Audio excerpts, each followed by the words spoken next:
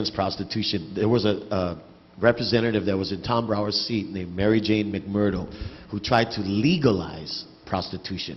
That was my fight back then, and I'm so happy that you're coming here to bring the subject back to my members that weren't on the board with me at that time fighting the same fight. So thank you so much.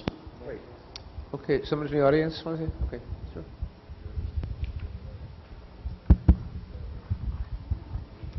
Hi, my name is Amy Grace, and as a concerned citizen, I'm just so thankful that we're getting to bring this issue up, and I just think it's so important on so many levels. Also speaking as a fourth-year medical student, soon to be hopefully a practicing doctor here in Hawaii, I think the health issues of these victims cannot be understated. They're abused physically, psychologically, and that is just unacceptable. And so that is, other than civil rights abuses and also issues with tourism and all sorts of other reasons why this is just totally unacceptable. Also, their health is of utmost importance. And I also think that we physicians in the community and also in the medical and health arena in general need to be aware that when these girls or boys or anyone come into the ERs, that we need to be aware that this is going on and also take steps and know how to fight it. So I'm so thankful there's the National Trafficking Hotline, and some of us are getting out in the community and trying to meet these people and see if we can help them in any way. And also wanted to call your attention to the Pacific Survivor Center, and they're a small team, but they're working to try to provide medical services for victims of human trafficking and also torture, and for immigrants as well. So thank you very much. Thank you. I'm sorry, Walt, want to say something? Sure. I'm sorry. A little bit of history. I've lived in Waikiki for 30 years, and about 25 years ago when I was the board, we had a problem with prostitutes and the street people. But if you'd walk in Waikiki 25 years ago, 20 years ago, maybe half a dozen girls. Now we've got 25, 75, 125.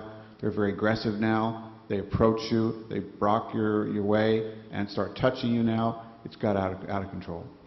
It is out of control, but we got to remember that these girls have to make about, say, $1,000 a night, and if they don't, they get severely beaten. I'm talking severely beaten. And if you don't see any bruises, sometimes they're stuck in a tub full of ice for an hour to the point of hypothermia.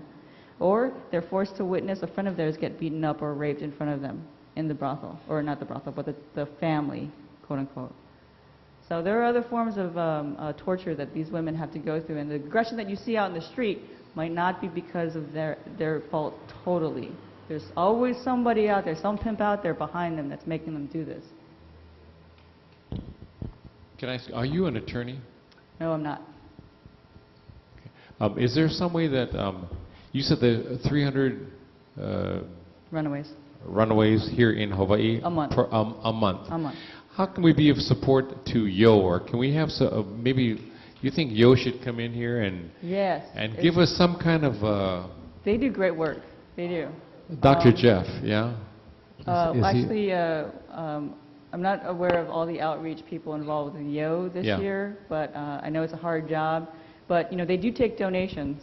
Yeah, I know. And they're the only shelter out there in Waikiki that actually Yeah, I helps know. these kids out. I know that very well, and I know they're open only 3 days a week or something like Yeah, that. yeah, and they got a curfew. And they have counseling, they have food, meals, et cetera, et cetera. Oh, good. My name is Alika Campbell. Yo is a collaboration between Waikiki Health Center and Halekipa. I'm the program coordinator on the Halekipa side of things. Not a doctor, but Jeff is still there. He's the program coordinator on the health center side of things. So.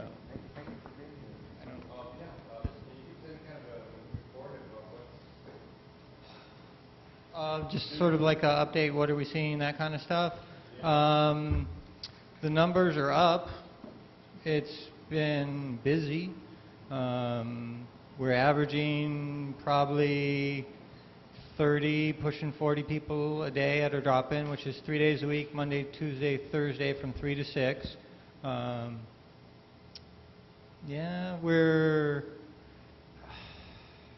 it's kind of a catch-22 where the police have been a lot more assertive about sort of breaking up the hangout spots, and so it's made our outreach workers our outreach job a little bit harder to find folks and try to get them to come in to get services.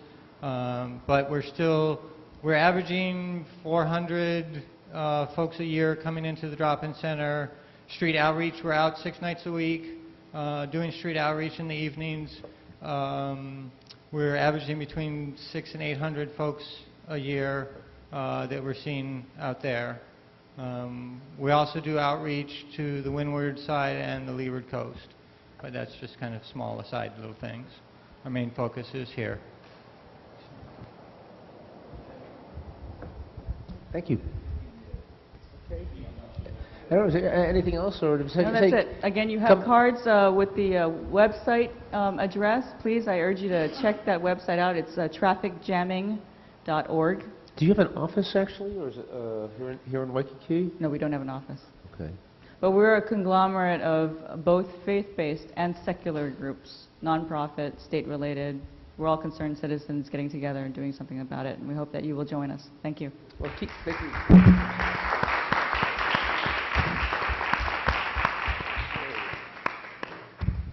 Okay, we got a few things left on the agenda on committee reports. Mike, did you know? Or forget that on the homeless. On the legislation reports, I passed out copies of an updated report that I think everybody has. And we're not going to spend as much time as we did last time, because last time we had a pretty complete discussion. But to update you, I think I remember saying at the last meeting that a lot of those bills would probably not be here anymore. And as you see, it has shrunk. Of all the noise bills, only that leaf blower bill is still there, Senate Bill 466. That's still moving. That issue of Senate Bill 605, the DBA versus DVC, we didn't take a position, but that bill is actually still moving. I would say let's keep an eye on that. The scooters, that Senate Bill 281 is still moving. The other scooter bills are not. On Senate Bill 718, I asked Jeff Mers to take a look at that. This is the complete streets policy, and last month we supported the bill. It was in a very conceptual form. I think it has a little more substantive provision, and I asked Jeff to take a peek. If you could give us a quick report on that. I'll keep this real brief. Basically, it's a policy, and policies are vague to begin with and semi-unenforceable. They watered it down to make it easy for DOT and DTS to avoid implementing complete streets, from the way I read it. Basically, and I'll show you what my response was, it just says, make the default mode, DTS and DOT will do complete street improvements, and if they say they can't, they have to prove why they cannot. Not the other way around. That should be the default mode, complete streets, and if you can't do it, you have to explain to the citizenry why you can't do it. So basically, I just added some backbone to the policy, but again, it's still a policy, but at least it makes it, the default mode is complete streets. If you don't do that, you explain why. So personally, I think Jeff's comments are good. I think his suggestion would give a little bit of teeth to the bill, and so we have already agreed to approve supporting the bill if there's consensus of the members. When Bob gets back and wants to submit testimony, my suggestion would be that he try to incorporate some of Jeff's suggestions into our testimony. Are we okay with that? Yes? Anybody have any problems with that? If not, okay. If not, then we'll do that. On the loitering and homeless, that one-way plane ticket bill is still survived, and that's House Bill 1187. I know last time there was a kind of a mixed opinion about that, and if that's still where things are at, I'm not sure there's any point in trying to force a position one way or the other. That's Senate Bill 910. Checking last meeting, I said that I would look at the testimony.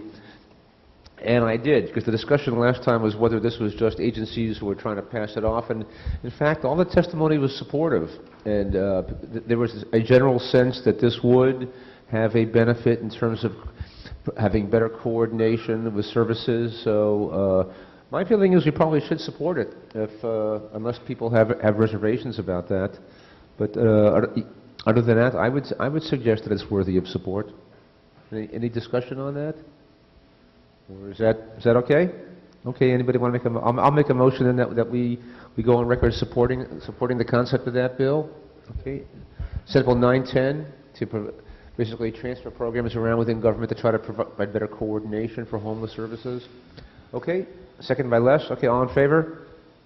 Any opposed or abstentions? Okay. than a